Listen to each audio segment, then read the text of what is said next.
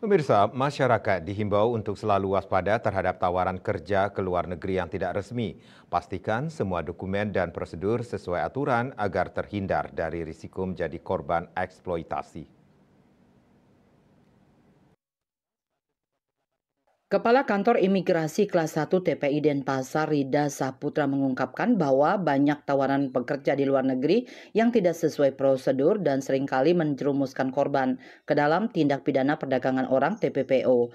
Pihaknya mengimbau masyarakat untuk waspada terhadap tawaran kerja ke luar negeri yang tidak resmi. Masyarakat harus memastikan semua dokumen dan prosedur sesuai aturan agar terhindar dari risiko menjadi korban eksploitasi. Pihaknya juga menekankan pentingnya peran masyarakat dalam melaporkan praktek-praktek ilegal tersebut kepada pihak berwenang untuk menjaga keamanan dan keselamatan bersama.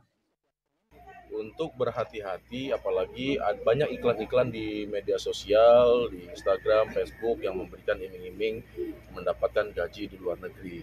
Nah, ini yang ingin kita sampaikan supaya nantinya tidak terjebak dengan iming-iming itu, menjadi korban TPPO ke depannya. Jadi kita kasih tahu kemudahan-kemudahan persyaratannya, informasi yang benar adalah harus bertanya kembali ke pihak aparat penegak hukum supaya masyarakat tidak terjebak dengan iming-iming bekerja di luar negeri itu dengan gaji yang tinggi.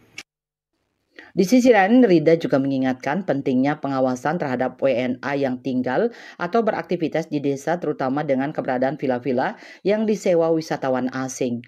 Pemilik penginapan agar mematuhi kewajiban melaporkan data tamu WNA sesuai dengan pasal 72 Undang-Undang Nomor 6 Tahun 2011. Pengawasan keberadaan WNA bukan hanya tugas imigrasi, tetapi juga membutuhkan partisipasi aktif masyarakat setempat untuk memastikan semua aktivitas berjalan sesuai aturan.